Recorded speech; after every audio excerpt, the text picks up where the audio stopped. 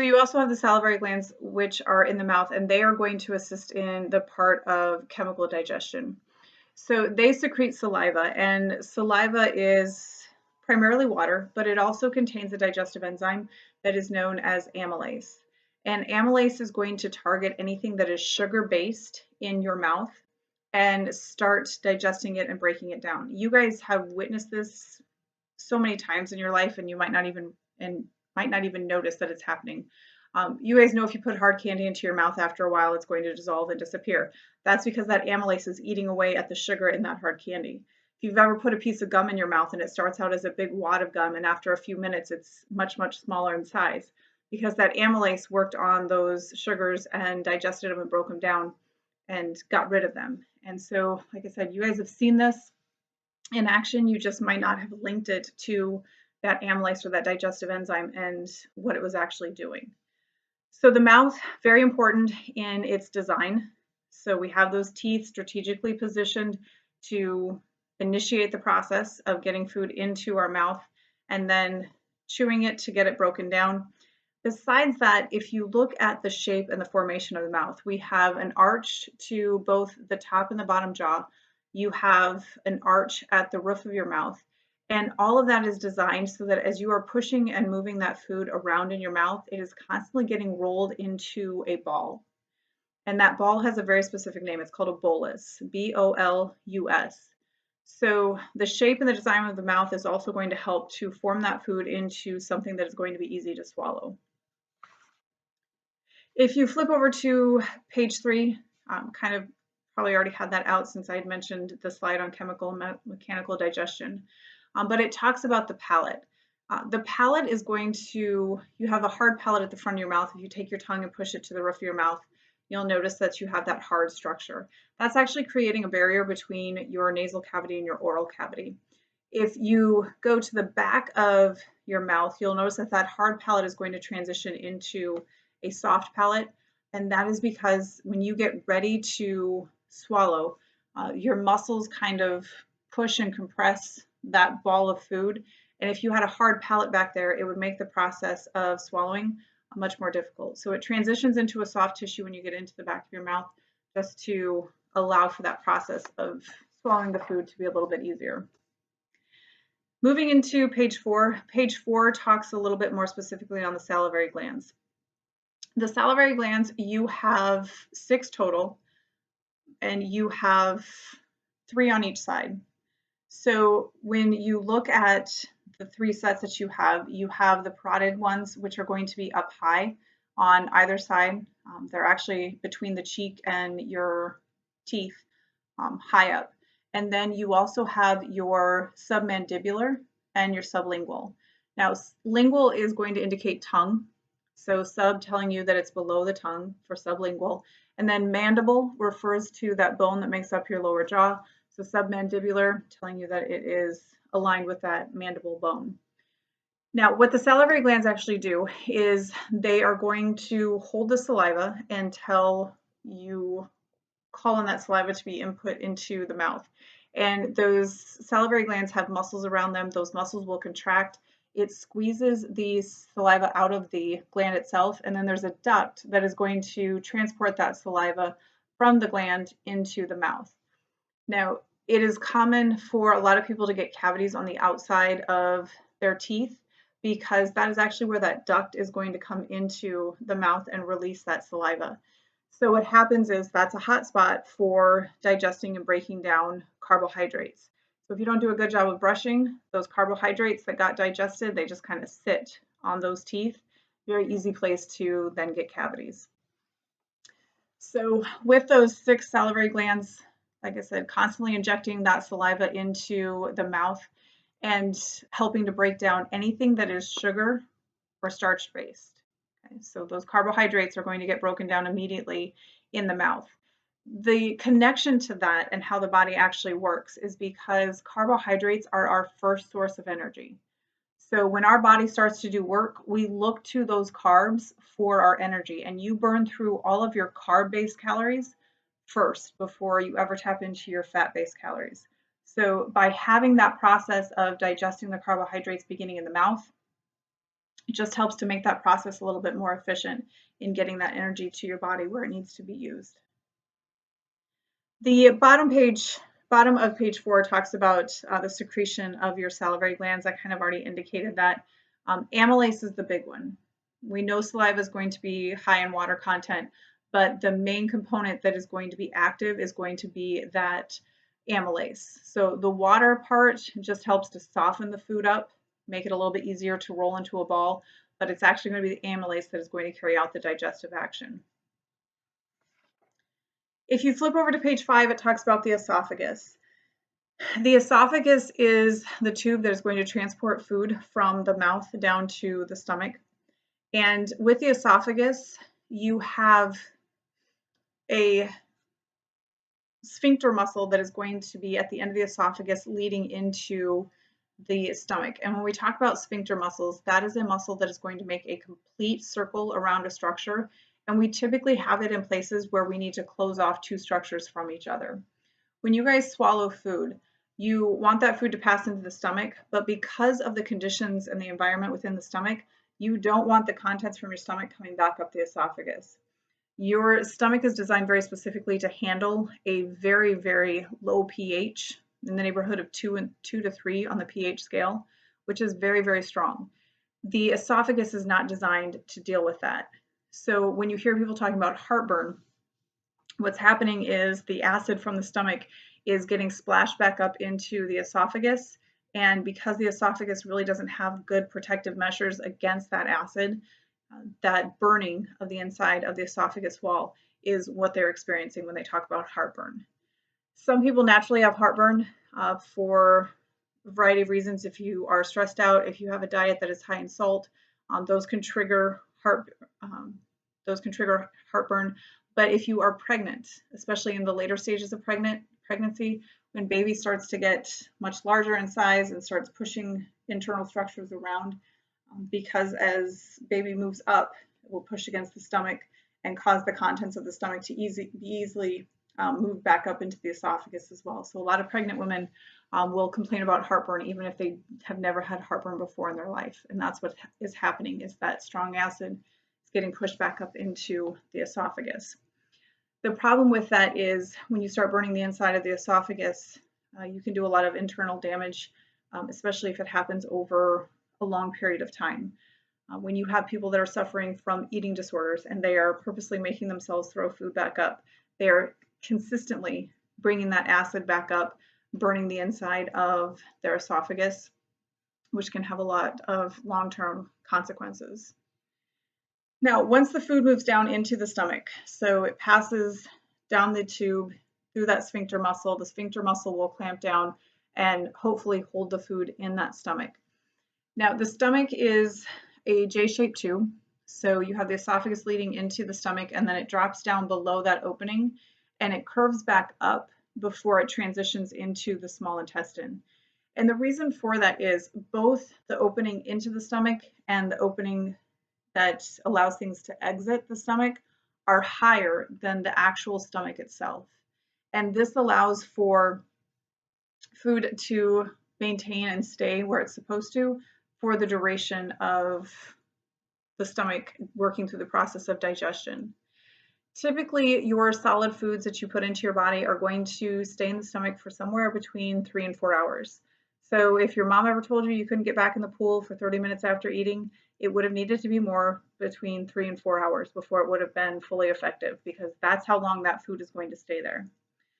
Once the food gets to the stomach, it is exposed again to both mechanical and chemical digestion. So the mechanical part of it is your stomach is a muscular bag. And once that food is present, it triggers the nerves on the inside of the stomach lining.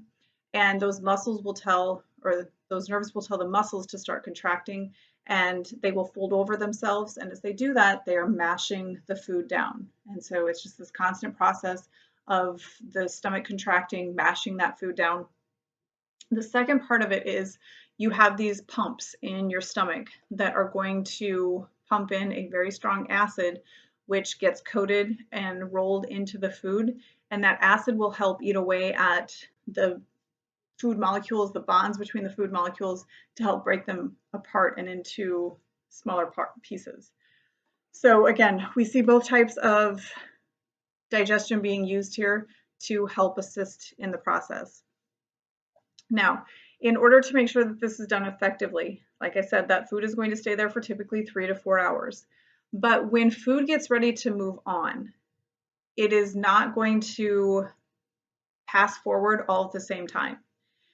You have another sphincter muscle that goes from the stomach into the small intestine, and that sphincter muscle will stay clamped down and closed until the food has gone through the digestive process and is a very thick, soupy mixture. At that point, we call it chyme, C-H-Y-M-E. Very thick, filled with that stomach acid, and it's been worked into, like I said, that soupy mixture. Now, when we move forward into the next part of digestion, this is where you guys are going to start pulling out anything that is beneficial from the food that you have put into your body. And again, in order to be efficient, you don't want to essentially flush the stomach all at once and allow all of that food to bombard the small intestine. It would not be able to process the food effectively and maximize all of the vitamins and minerals and nutrients that were present in that food. So what happens is the sphincter muscle leading into the small intestine will open slightly, allow a portion of the stomach contents to move forward, and then it closes back down. And it will repeat that process in increments of about 10 to 15 minutes. So 10 minutes, some of it will pass forward, and then it closes back down. 10, 15 minutes later, the next part will go, and it will continue to do that until the stomach has completely emptied. So as it starts to move forward into the small intestine, like I said, that's where we're really going to start to pull out all of those things that are beneficial. If you flip over to page 6, page 6 gives you a couple of images of the stomach. The ones that are on the left indicate the musculature on the outside of the stomach. And the one thing that I want you to notice with this is if you look at the direction that the fibers are running on the stomach, you'll notice they don't go in the same direction. They go in different directions, and this is very important so that when those muscles contract, they are getting the food from all angles, no matter where the food is located, and that they can consistently contract and mash that food down.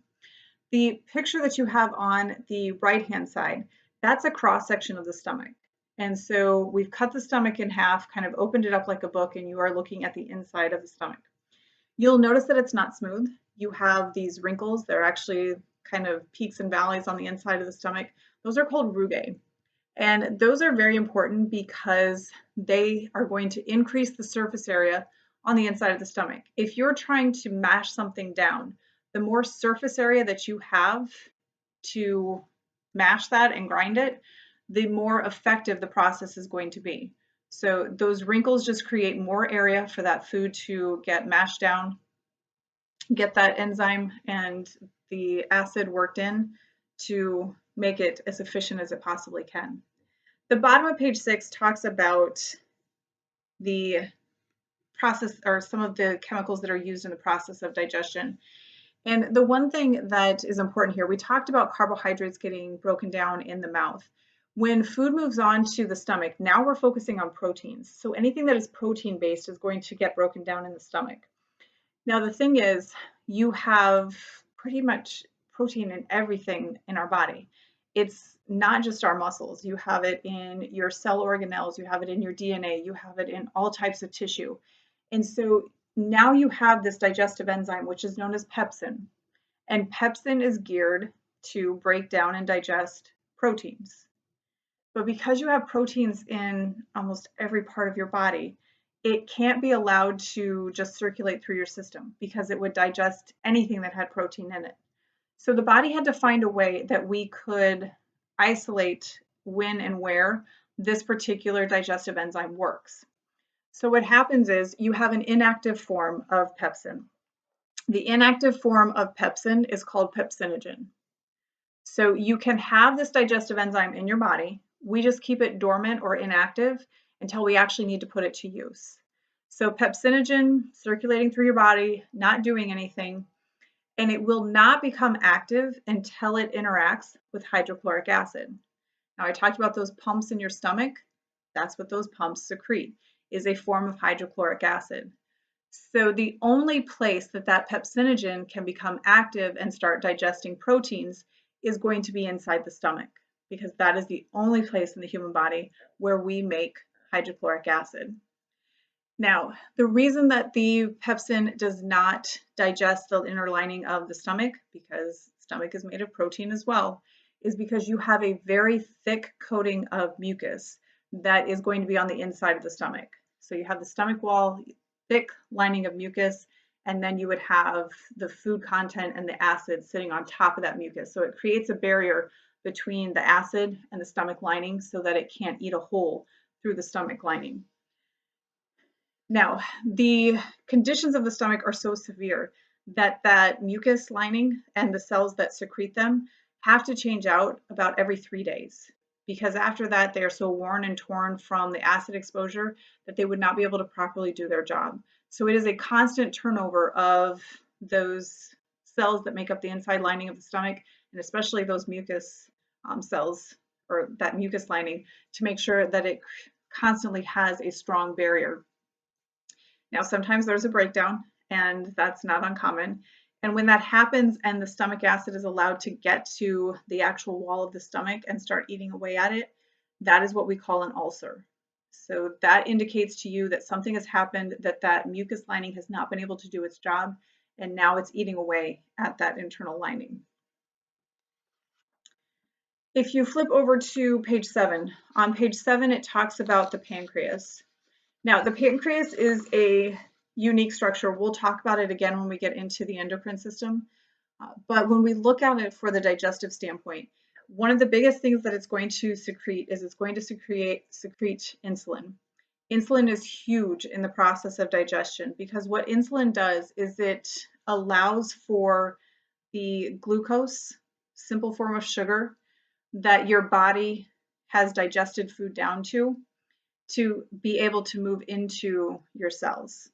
So when you guys eat food, and I already mentioned this, the biggest goal is to take that food, no matter how it comes in, and break it down into its simplest components. And one of those simple components is to break down sugars back into glucose. So once that happens, that glucose is easily moved into your bloodstream, and now you have this glucose circulating through your body. We need to get that glucose from the blood into your cells, because the glucose is going to be used in the process of cellular respiration, building those ATP molecules. We talked about that last class. So to get the glucose from the blood into the cells, you have to have a key, because the cells are locked. And that key is insulin. So the body produces insulin, that insulin unlocks the cells, and now glucose can go from your blood into your cells consume it to do their work, and that is the process and one of the big goals of digestion. So if you have somebody who is not properly producing insulin, not in the right amounts, they are not ever transitioning that glucose from their blood into their cells and allowing the cells to basically burn it off. And so if that's not happening, every time that person eats, their body's breaking that food down, getting to that glucose, putting that glucose into their blood, and then there's nowhere for it to go. And so that's when blood sugars start to rise and get very, very high.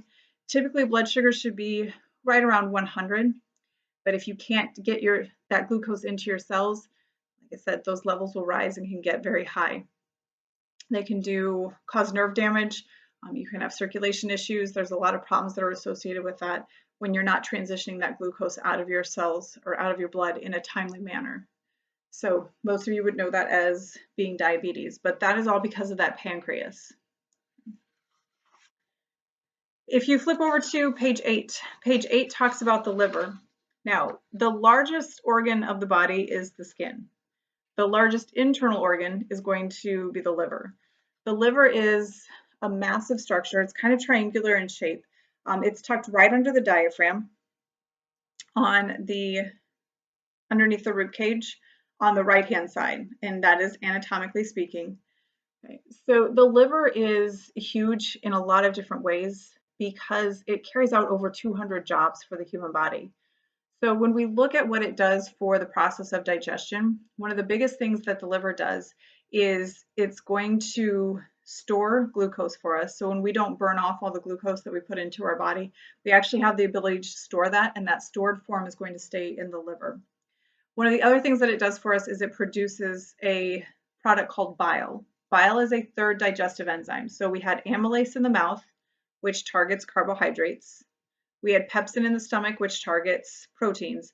And now we're getting to bile, and that is going to target fats. Now, bile is made in the liver, and then it's going to be stored in the gallbladder. It's actually put to use in the small intestine. So it's a stair-step process. Bile is a deep green material, very bitter. If you've ever had unfortunate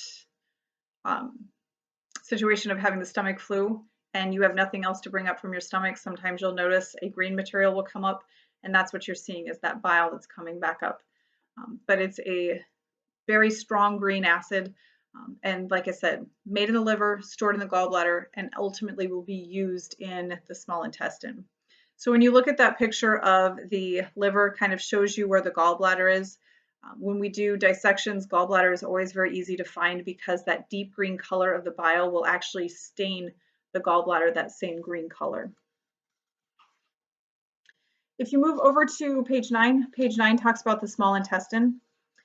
We've already talked about the 3 section of the small intestine and the overall length of the small intestine.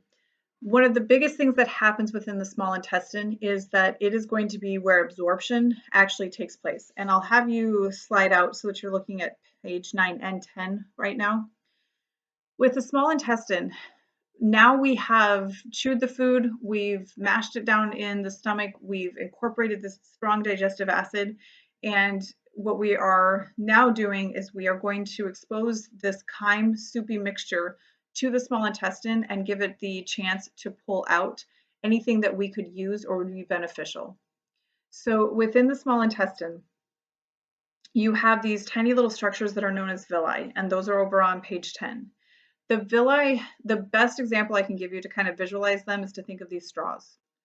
They stick off the surface of the small intestine wall, and as this chyme mixture runs over those villi, they are going to basically suck out those vitamins, those minerals, those nutrients that you guys need for your body. Now, with the small intestine 20 to 26 feet, it's not obviously a straight line structure. We know that it's coiled and it wraps back and forth. And like I said, that is through the core of the body at the very center. As it moves and turns, nothing in the human body happens by chance. You guys have heard me say that a million times.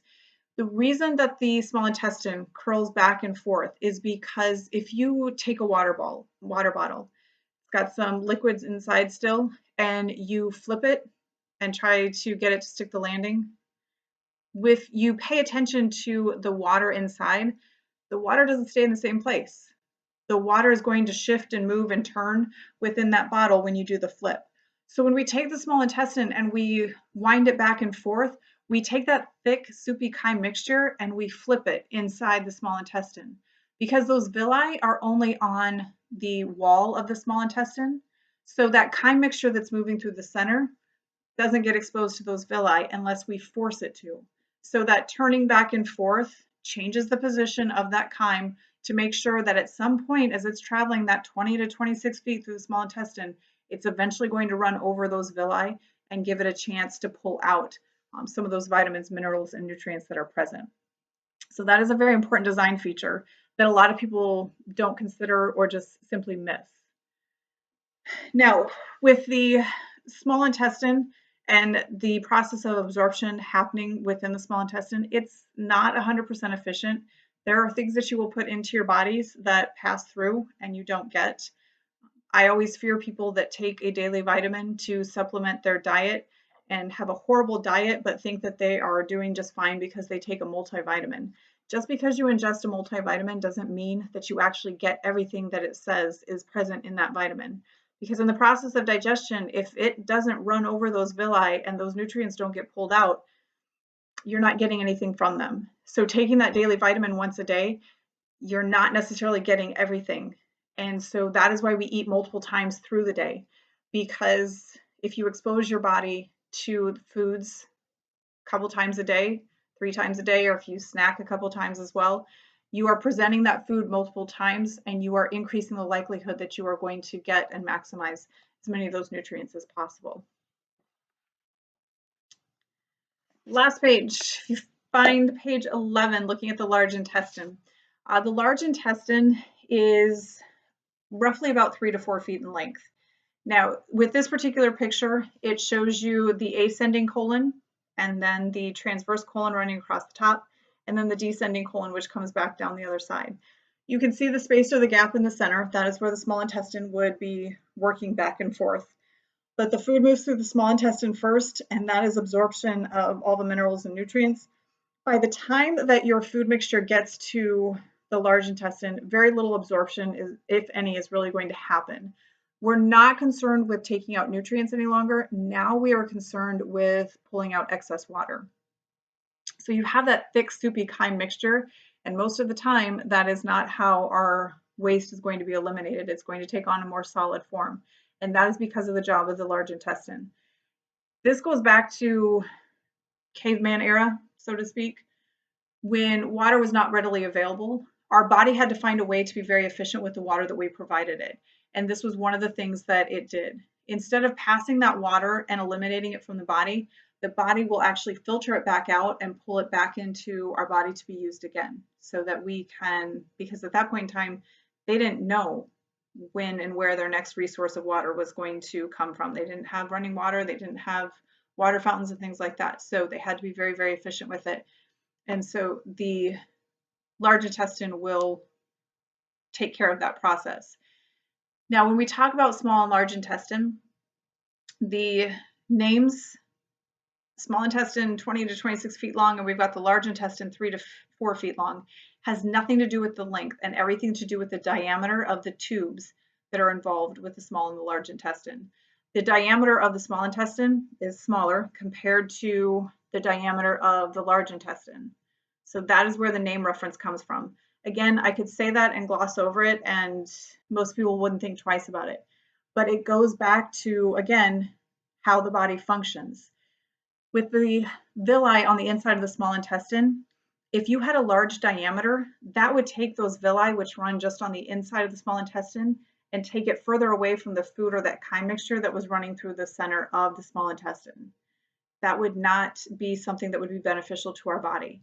So the small intestine has that smaller diameter because it brings the villi closer to the food. In the case of the large intestine, we have a much shorter length. We also have a larger diameter because while we want to pull some of that water out, we don't want to take all of the water out. You do not want that solid waste to be eliminated from the body and be very dry. That would be into the realm of constipation. And so by having that larger diameter, we'll take out some of the water, but we won't take out all of the water. And also by having that shorter length, it ensures that we're not taking out too much water. If your large intestine was 20 to 26 feet long, it would basically be sawdust by the time it was getting ready to, the solid waste was getting ready to leave the body. Obviously, that would be very uncomfortable and difficult. So these design features are very specific to the jobs that they have to do and allowing both the small and the large intestine to be efficient with what they're trying to accomplish. So that is the beginning of our digestive lecture. We have another one that we'll come back with on nutrition, but for right now, that takes care of everything on this end.